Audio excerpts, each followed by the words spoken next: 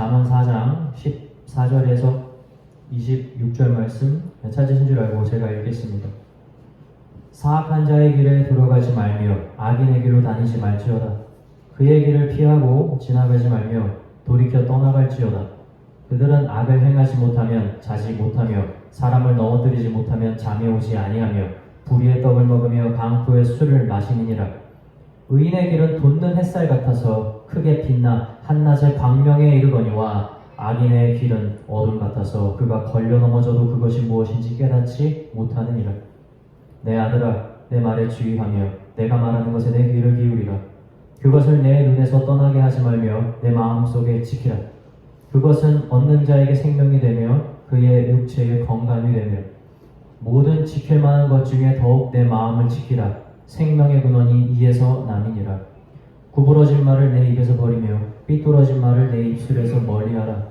내 눈은 바로 보며 내 눈꺼풀은 내 앞을 곱게 살펴 내 발이 행할 길을 평탄하게 하며 내 모든 길을 든든히 하라. 아멘. 어제 저희 아버지 생신을 저희가 기념을 해서 가족들끼리 모여서 식사하는 시간을 가졌습니다. 근데 제가 운전을 했는데 어제 실수를 2번이나 했어요. 제가 좀 스트레스를 많이 받았어요. 그게 나중에 이제 식당에 딱 가갖고 저희 큰아버지를 제가 나중에 모시러 가는데 내비게이션 주소를 엉뚱한 데를 입력을 해가지고 5분이면 갈 수 있는 그 거리였거든요. 근데 그 25분 동안 이렇게 돌아서 가게 된 겁니다. 물론 결과적으로는 저희가 다 같이 만나서 즐겁게 이야기하고 같이 먹고 마시는 시간을 가졌습니다. 아무 문제가 없었어요. 그러나 운전에서는 잘한 것이 없었어요. 만약 운전만 놓고 보자면 사람들은 뭐 어쨌든 했으니까 됐지 않았냐라고 하지만 아니요, 성공적이지는 않습니다. 믿음의 길도 마찬가지예요. 목적지에 가는 거 너무 중요하죠. 그러나 우리가 천국행 열차를 탔다고 해서 그것 가지고 칭찬받지 못합니다. 잘 가야 되는 거예요. 목적지를 가다가 천국행 열차를 타고 가다가 잘못 환승역에 들어서거나 아니면 중간에 내려서 오랫동안 지체하고 있으면 이거는 잘 간 게 아닙니다. 성공적인 구원의 삶을 산 것이 결코 아니라는 거예요. 시편과 잠언에는 길과 관련한 말씀이 정말 많이 나옵니다. 오늘 설교의 제목이 무엇입니까? 길을 곱게 하라, 이런 제목이죠. 왜 길에 대해서 많이 얘기하겠어요? 우리에게 말하는 겁니다. 너희의 목적지 중요하다. 하지만 너희가 그곳까지 가는 그 길을 똑바로 가야 한다. 성경은 그것을 이야기해주고 있기 때문입니다.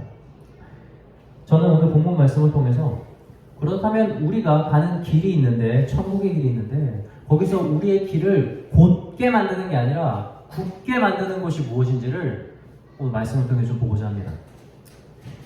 첫 번째는 무엇이냐면 그것은 바로 우리의 시선을 다른 곳으로 돌리게 하는 데 있습니다. 마귀의 전략이죠. 시선 돌리기예요. 오늘 본문 말씀 한번 볼게요. 25절에서 26절 말씀입니다. 25절에서 26절 말씀 보면서 제가 읽어드릴게요. 내 눈은 바로 보며 내 눈꺼풀은 내 앞을 곱게 살펴 내 발이 행할 길을 평탄하게 하며 내 모든 길을 든든히 하라. 모든 길을 평탄케 하고 든든하게 하는 방법이 지금 뭐라고 말하고 있습니까? 네 눈을 앞을 똑바로 보고 눈꺼풀을 잘 지키라는 겁니다. 잘 보고 가라는 거예요. 우리의 시선을 가야 할 곳에서 떼지 말고 정확하게 가라는 겁니다. 신약에서 마태복음에서 베드로가 어두운 가운데 이제 막 제자들이랑 같이 배를 타고 가잖아요. 근데 진짜 막 귀신 같은 게 나올 것 같은 그런 분위기 속에서 저 멀리 예수님이 있는 겁니다. 예수님께서 물 위에 계신 거죠. 귀신인 줄 알았더니 예수님인 거예요. 당신이 예수님이라면 저를 물 위로 걸어오게 하소서라고 하는 거죠. 예수님이 오라고 하니까 베드로가 물 위로 걸어가는 역사가 일어납니다. 이게 얼마나 대단합니까? 믿음입니다, 믿음. 그런데 베드로가 그 길을 잘 가지 않아요. 베드로가 가는 순간 갑자기 저기서 바람이 확 불어오는 거예요. 바람만 불겠습니까, 여러분? 물 위에서 바람 부는 소리가 얼마나 컸겠어요? 무서웠겠죠.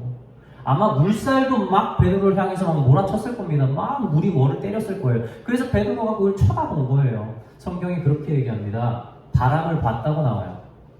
바람은 보이지 않습니다. 근데 성경은 바람을 봤다고 얘기를 하는 거예요. 그리고 베드로가 물에 빠져요. 예수님은 베드로한테 이렇게 얘기합니다. 믿음이 없냐? 왜 이렇게 믿음이 적어? 이렇게 말씀하시죠.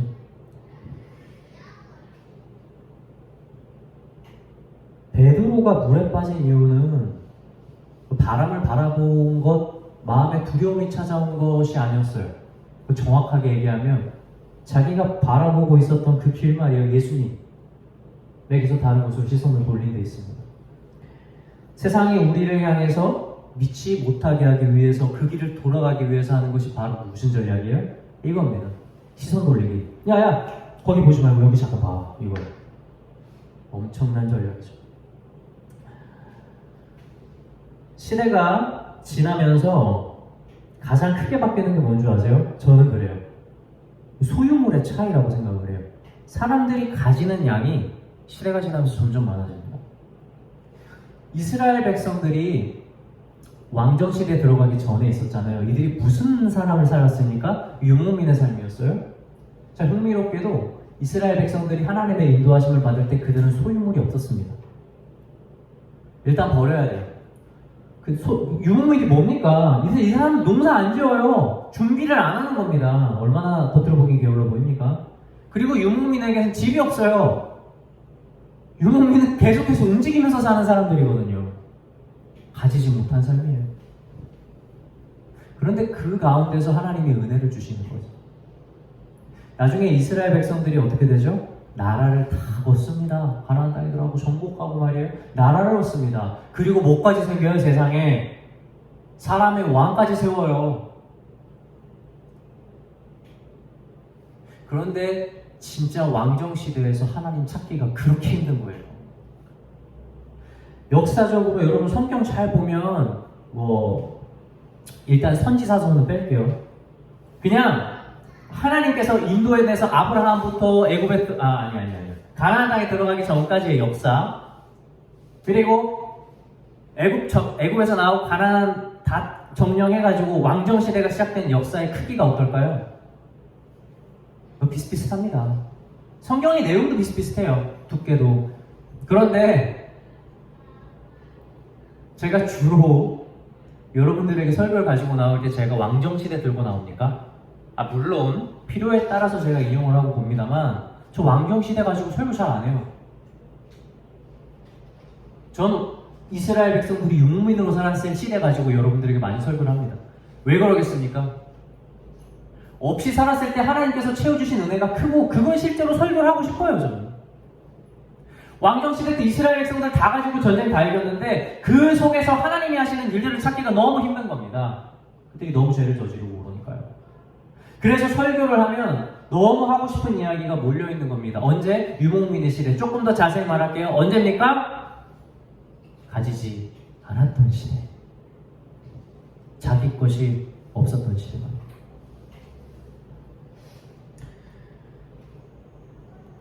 여러분, 소유물을 가진다는 것이 무슨 말입니까? 내가 관리해야 될 게 더 늘어난다는 거예요. 관리해야 된다는 게 더 많이 늘어난다는 건 무슨 말입니까? 내 마음을 써야 하는 곳이 더 늘어났다는 겁니다. 그럼 마음을 많이 쓴다는 거는 무슨 말입니까? 인생이 너무 바빠지는 거예요. 하나님이 시켰을 때 잠깐만요 라고 대답하게 되는 거예요. 잠깐만요. 한번 생각해 볼게요. 내 마음에 이걸 넣을 때가 있는지 뒤져보는 거예요. 너무 많아서 말씀이 들어가지 않는 거예요. 부자가 왜 그렇게 천국에 들어가기 힘든지 아십니까? 여러분, 소유물의 크기가 아니에요. 마음의 크기인 거예요. 마음이 가득 차서 들어갈 곳이 하나도 없는 상태가 된 겁니다. 내 속에 내가 너무도 많아서 하나님 쉴 곳이 남아있지가 않아요. 아무 말씀이 들어올 수 없는 상태인 거예요. 이게 부자인 겁니다. 여러분 잘 아셔야 돼요. 하나님께 다 드린다는 게 내가 가진 소유물을 다 드린다고 되는 게 아니에요. 내 마음 전부 다 말이에요. 그걸 드리는 겁니다. 예수님 따랐던 제자들 중에 뭐 예수님이 그지만 데리고 다닌 거 아닙니다. 막 가난한 자들만 데리고 다닌 거 아니에요. 부자들도 잘 따르고 다녔어요. 정작 예수님 가장 곁에 있었던 야고보와 요한은 얼마나 또 부자였는지 모릅니다. 그런데 그들은 소유물을 보지 않았어요. 그들이 가지고 있는 거에 관심이 없어요. 그들은 마음을 다 드렸거든요, 주님한테. 이게 제사인 겁니다, 이게. 시대가 지날수록 사람들이 다 부자가 되는 게 아니에요. 뭐에 부자가 됩니까? 마음의 부자가 돼요. 다 채워가지고 그 씹어낼 게 없어요. 요즘 사람들 제일 잘하는 말이 뭔지 아세요? 아, 저 바빠서요. 바빠서 시간이 없어요. 진짜 바쁠까요? 뭘 하느라 그렇게 바빠요? 내 마음에 가득 채워진 소유물을 지키고 그것을 만족시키느라고 바쁜 겁니다.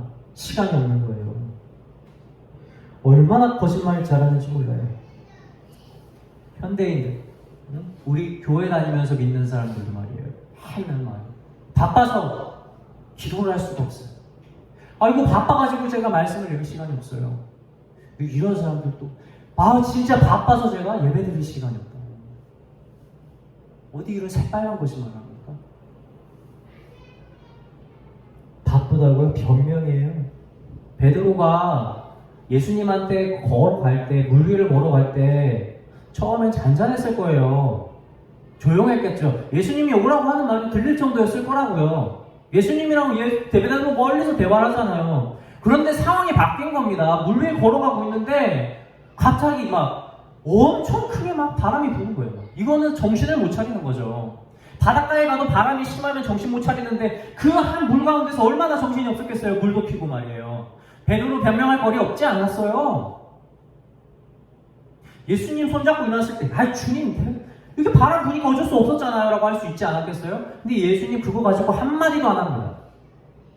아이고 베드로 바람 많이 부니까 네가 바람 좀 쳐다봤구나. 네가 물이 막히니까 무서울 수 있지. 이런 말씀 안 하세요. 그냥 이렇게 말해요. 왜 의심하였느냐? 믿음이 없는 자요. 세상에 마음이 끌려서 시간이 없어서 여러분 말씀 집어넣지 못하고 하나님 일 뒤로 하고 그 길 똑바로 가지 않았다고 해서 하나님이 여러분한테 나중에 이럴 것 같으세요? 그럴만했지. 야 그때 네가 말씀 순종 진짜 안 할 만했다.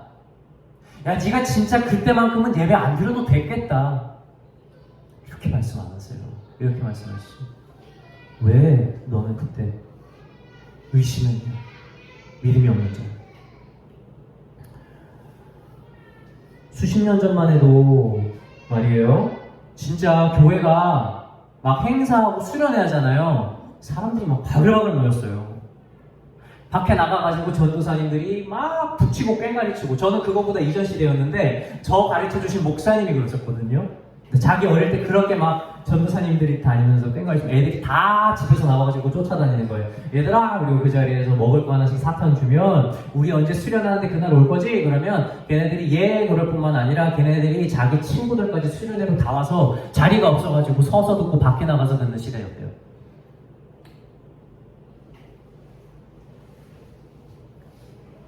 오늘 아이들이랑 이 약 50년 전 아이들과 다른 게 무엇일까요? 저는 딱 한 가지라고 생각해요. 아까 말씀드렸던 소유의 차이예요. 지금 아이들이 가진 게 너무 많은 거예요. 이거 비단 물질을 말하는 게 아닙니다. 아이들이 마음에 채워넣는 소유가 너무 많은 거예요. 그래서 아이들이 수련회 가자 그러는데, 교회 오자 그러는데 뭐라고 말하는 줄 알아요? 바쁘대. 바쁘다.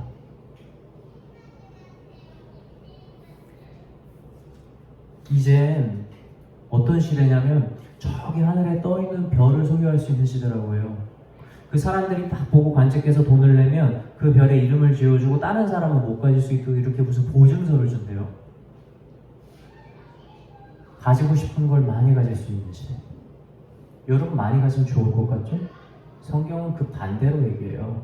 마음을 가지는 건, 내가 마음의 소유를 가지는 건 내 마음의 값을 내고 사는 걸로 얘기합니다. 성경은 내 마음의 자리를 내주는 거라고 이야기하는 거예요. 성경에 누가 복되다고 하죠? 마음이 가난한 자가 복되다고 합니다. 마음이 가난한 자가 누굽니까? 마음을 항상 비워놔서 하나님의 말씀하시면 즉시 받고 즉시 행하는 사람인 거예요. 아 주님, 잠깐만 내가 이것까지 해봤는데 이건 잠깐 계산 한번 해볼게요. 주님 잠깐만요. 내가 지금 상황이 왜 그렇게 될 수 있는 상황은 아니거든요. 잠시만. 주님 잠깐만 그렇게 하면 우리 애가 성적이 조금 떨어질 것 같거든요. 마음에 들 게 하나도 없어. 말씀이 들어서 낼 게 하나도 없는 마음 상태. 이게 부자예요. 이렇게 사는 사람들이 무슨 믿음의 삶을 산다고 합니까? 하나님이 말씀하시면 갈 준비 하나도 안 돼 있는 사람들. 혹시라도 나한테 이거 버리라고 할까봐 두려워서 벌벌 떠는 사람들. 믿는 겁니까? 사랑하는 성도 여러분, 그거 하나 빼고 이거 받는 게 아니에요. 다 빼야 돼요. 다 빼야 돼요. 천국을 사는 값이 바로 그 값이기 때문에 그렇습니다. 밭에 보화가 숨겨진 걸 알고 어떤 사람이 그걸 알고 그걸 사는 거예요. 값이 자기가 가진 걸 다 파는 거예요. 가난한 사람이 사든 부자가 사든 상관없어요. 가지고 있는 거 다 팔면 됩니다. 이거는 우리의 소유를 다 버리라는 게 아닙니다. 내 마음에 전심을 다하지 않으면, 온 마음을 다하지 않으면, 전심을 다하지 않으면 천국은 너희의 것이 될 수 없다는 걸 비유로 가르쳐주고 있는 거예요. 바쁩니까? 말씀 못 읽겠어요? 말씀대로 못 살겠어요? 예배를 못 드리겠습니까? 다 부자된 여러분 마음 보셔야 돼요. 그리고 내려놔야 됩니다. 주님, 제가 얼마나 부자인지 모릅니다. 주님, 제 안에 당신이 쉴 곳이 없습니다. 베드로가 예수님 손 잡고 결국 물에서 건짐 받았어요. 잘 간 거 아니에요. 같기는 같지만 잘 간 거 아니라고요. 우리가 세상의 시선을 돌려서 현혹되어서 믿음이 적은 자라는 꾸지람을 받는다면 여러분 이거 잘 간 거 아닙니다. 베드로처럼 어쨌든 예수님의 손잡은 사람이 되지 맙시다. 어쨌든 예수님 손잡은 삶이 아니라 아주 멋지게 예수님의 손을 잡는 저와 성도 여러분이 되시길 주님의 이름으로 축원합니다. 우리의 길을 굽게 만드는 첫 번째가 우리의 시선 돌리기라면, 두 번째는 무엇이냐면 바로 악인의 길에 들어서는 겁니다. 목사님, 우리가 믿음으로 의인의 길을 살고 있는데 악인의 길에 들어서다니 이거 무슨 말입니까? 라는 생각이 들겠지만 사실 우리는 구원을 받은 죄인인 거예요. 죄가 없다고 여김을 받은 죄인이라는 겁니다. 우리는 아직 의인이 아니에요. 의인으로 여겨지는 의인입니다. 불러지는 것만 의인이 상대인 거예요. 그럼 다시 말하면 우리는 여전히 악한 길을 걸어갈 수 있는 약한 자들이라는 겁니다. 그래서 믿는 자들에게는 회개가 정말 중요한 거예요. 자신의 죄를 날마다 돌아보고 그것을 하나님께 고백드릴 때 우리는 하나님께서 우리를 위해 예비한 고증길을 걸어서 다시 갈 수 있게 된다는 사실입니다. 죄에 대해서 아파하고 반응한다고 해서 여러분 이것이 죄책감과는 동일한 것이 아닙니다. 여러분 죄책감을 정확하게 구분하셔야 돼요. 죄책감은 죄를 죄인 줄을 알지만 그것 때문에 고통받고 해결할 방법이 없어서 느끼는 좌절의 감정이 죄책감이에요. 죄책감에서 머무르는 것이 의인이 되는 것이 아닙니다. 죄만 아는 것이 끝이 아니라고요. 우리 안에 양심이 있잖아요. 양심을 통해서 내가 죄를 사랑한다는 것을 발견한다고 해서 거기서 끝나는 것이 아니라는 겁니다. 주님께서 우리에게 수많은 율법을 주셨잖아요. 그 율법을 통해서 우리가 죄인인 것을 발견하는 것에서 멈추는 것이 끝이 아니라는 거예요. 이것의 종착지가 무엇입니까? 예수 그리스도를 붙잡고 다시 일어나는 거예요. 그래서 회개입니다. 회가 뭐예요? 내가 죄를 죄인 줄을 알고 입 밖으로 꺼낼 줄 아는 것이 회. 그리고 해결 방법을 찾아서 우리 예수님 붙들고 일어나서 삶을 바꾸는 게 개라는 겁니다. 그 의인이 하는 것은 회개인 거예요. 의인만 할 수 있는 것이 회개죠.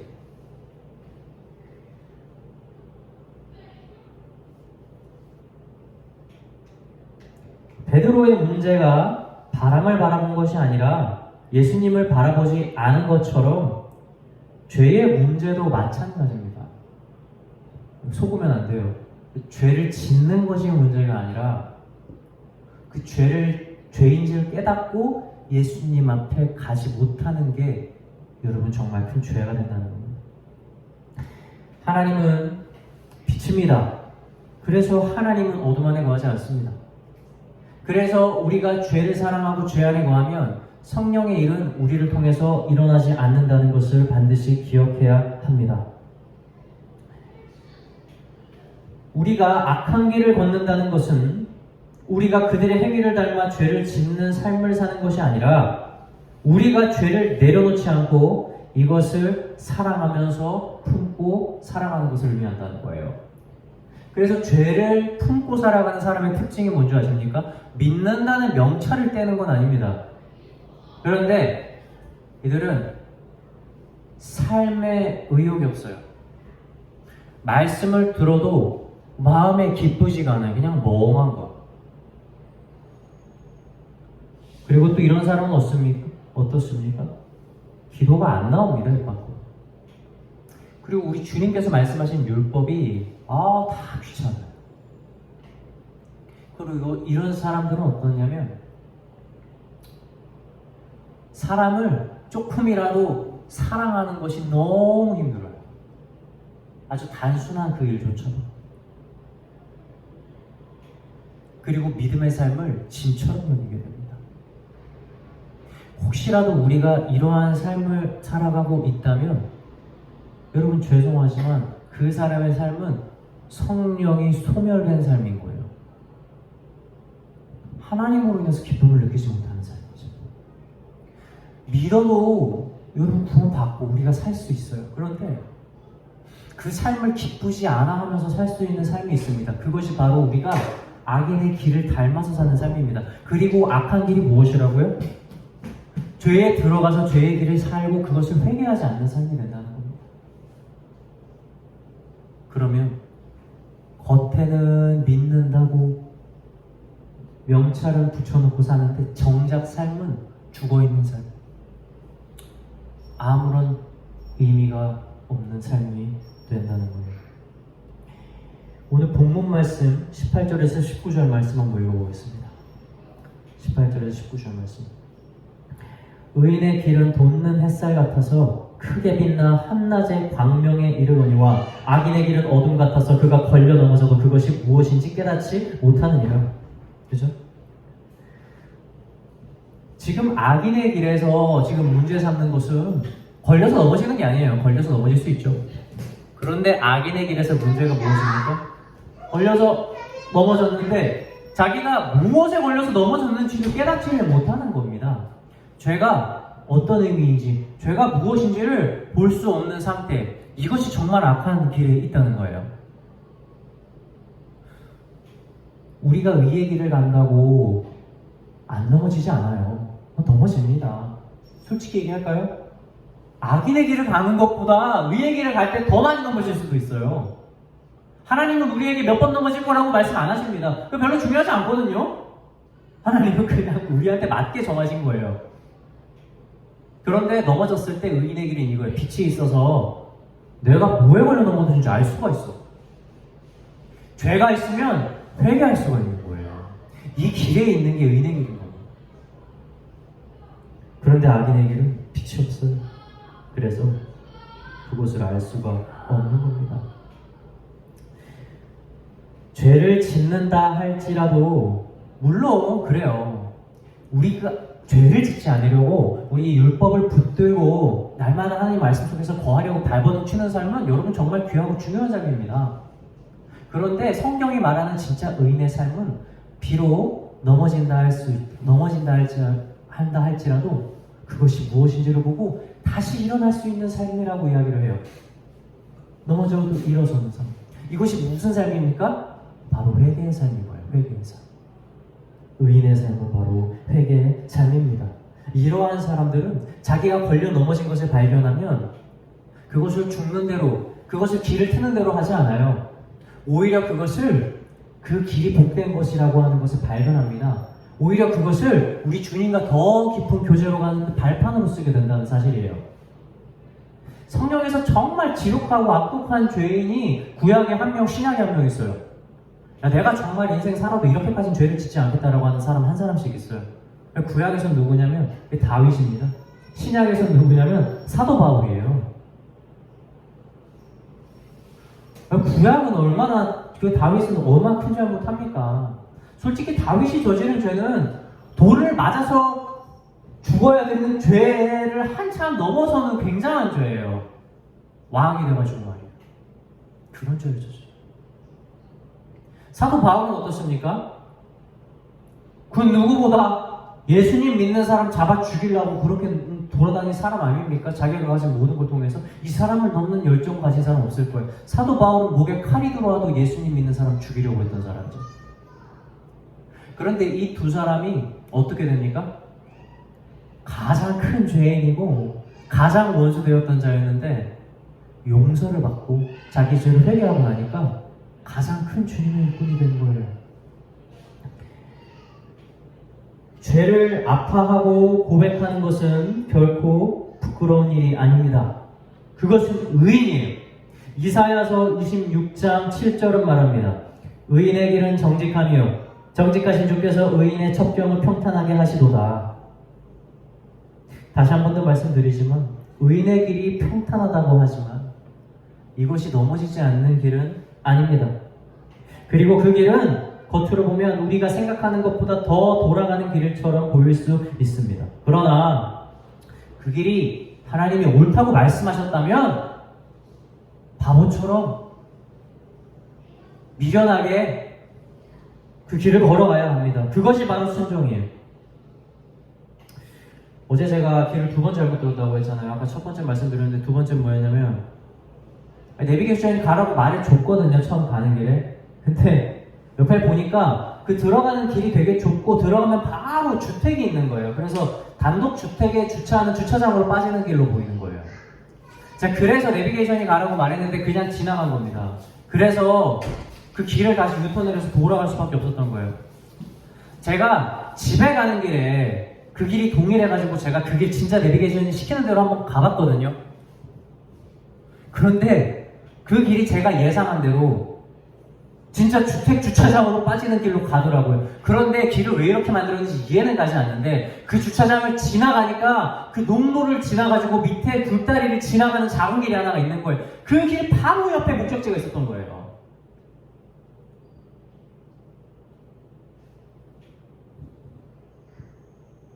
가는 동안에 모르는 거예요.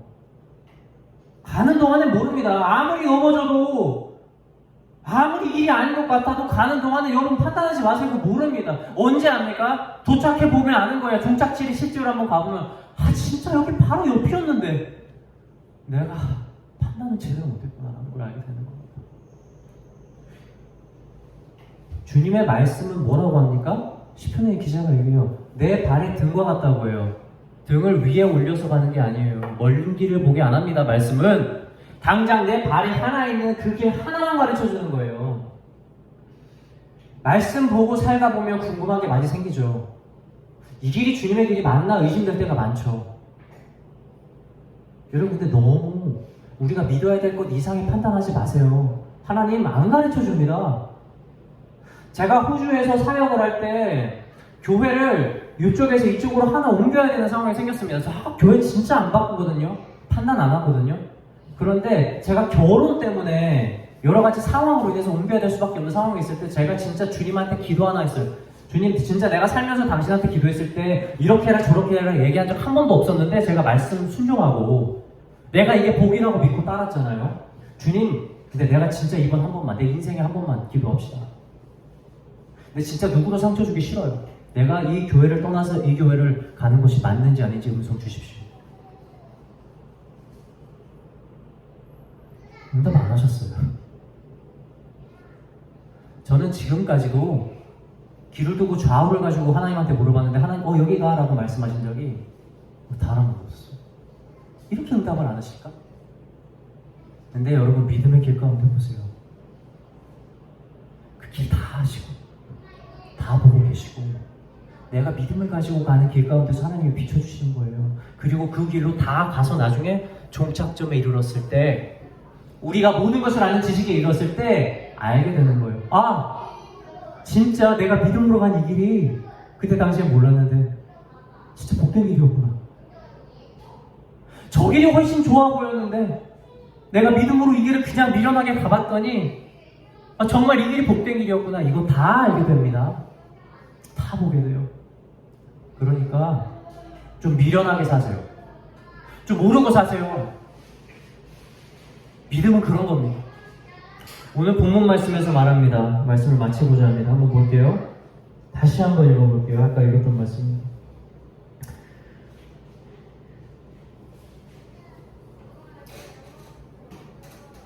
의인의 길이 어떻게 나오냐면 4장 18절 말씀이죠. 제가 읽을게요.